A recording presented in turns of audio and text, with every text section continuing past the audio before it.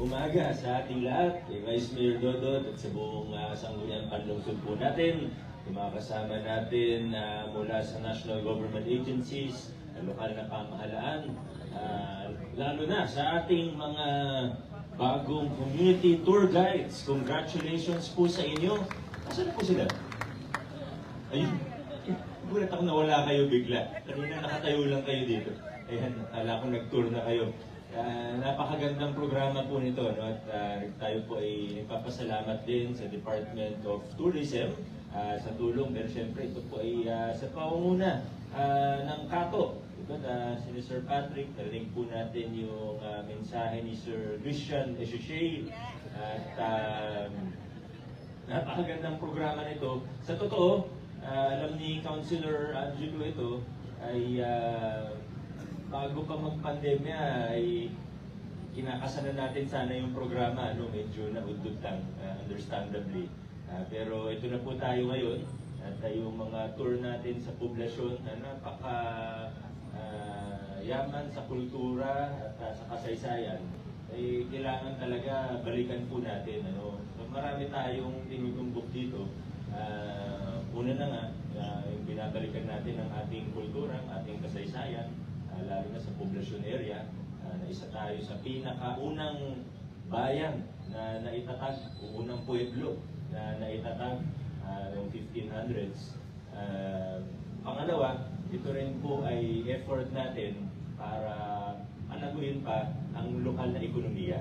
Alam mo, worldwide, mga bagong pagdating sa mga bagong trabaho na nalilikha sa buong mundo, mahigit 10% ng bagong trabaho ay may relation sa tourism, local tourism. Kaya kailangan makasabay tayo, ano?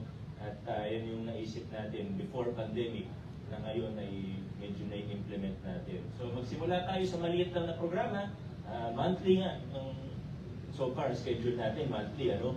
Pero pag nakita natin na successful, siguro kailangan natin ma-promote lang din. Pag na-promote na po natin ito, pwede siya maging weekly. Balang araw, baka pwede siya maging daily. Pero magiging dagdag income din siya sa mga vendors, sa mga tindahan, sa poblasyon area natin. Eventually, pati sa mga tricycle driver, hanggang vendor ng palengke, ano? So yan po. Maraming salamat sa Kato at pati sa mga kasama natin sa council, ano? Sa Tourism Council din po natin. Salamat sa lahat ng mga member nun. At syempre sa City Council natin. Panghuli, binabati ko rin po ang ating pamantasan ng lungsod ng Pasig sa kanyang silver anniversary. 25 years na po ang ating pamantasan.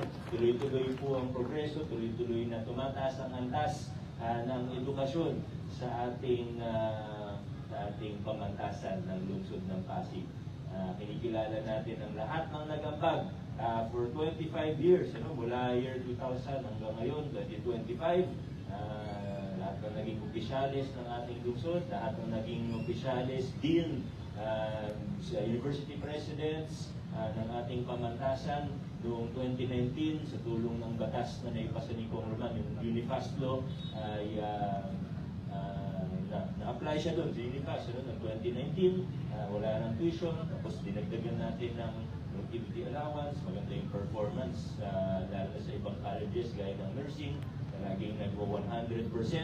At ngayong taon, ang balak natin, pati yung mga iba pang expenses, kasi nakita natin may iba pang gastusin ng ating mga estudyante, gaya nung sa pambili ng libro. Balak natin this coming school year, which means next school year, ay pati mga book allowance para sa graduation, lahat. Talagang pag sinabi natin pamantasan ng lungsod ng Pasig, wala talagang iintindihin, kundi mag-aral lang ng mag-aral lang pumasok. Para naman sa hindi makapasok sa pamantasan, dahil syempre limitado yung espasyo, limitado yung kapasidad, imbis na bomba ng bomba dyan. Imbis na magtayo tayo ng bagong gusali na may capex pa tayo at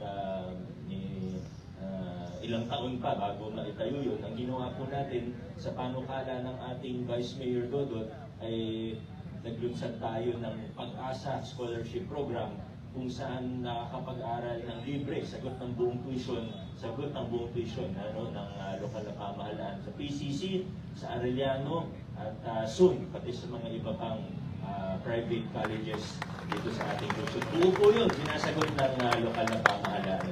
Yan yung naisip natin na paraan para i-expand yung libreng kolehiyo na serbisyo natin para sa ating mga mag-aaral, para sa kinabukasan ng lungsod ng Pasig. Muli po sa PLP, happy 25th anniversary. Sa atin po lahat, muli po magandang umaga, adjourn na po tayo.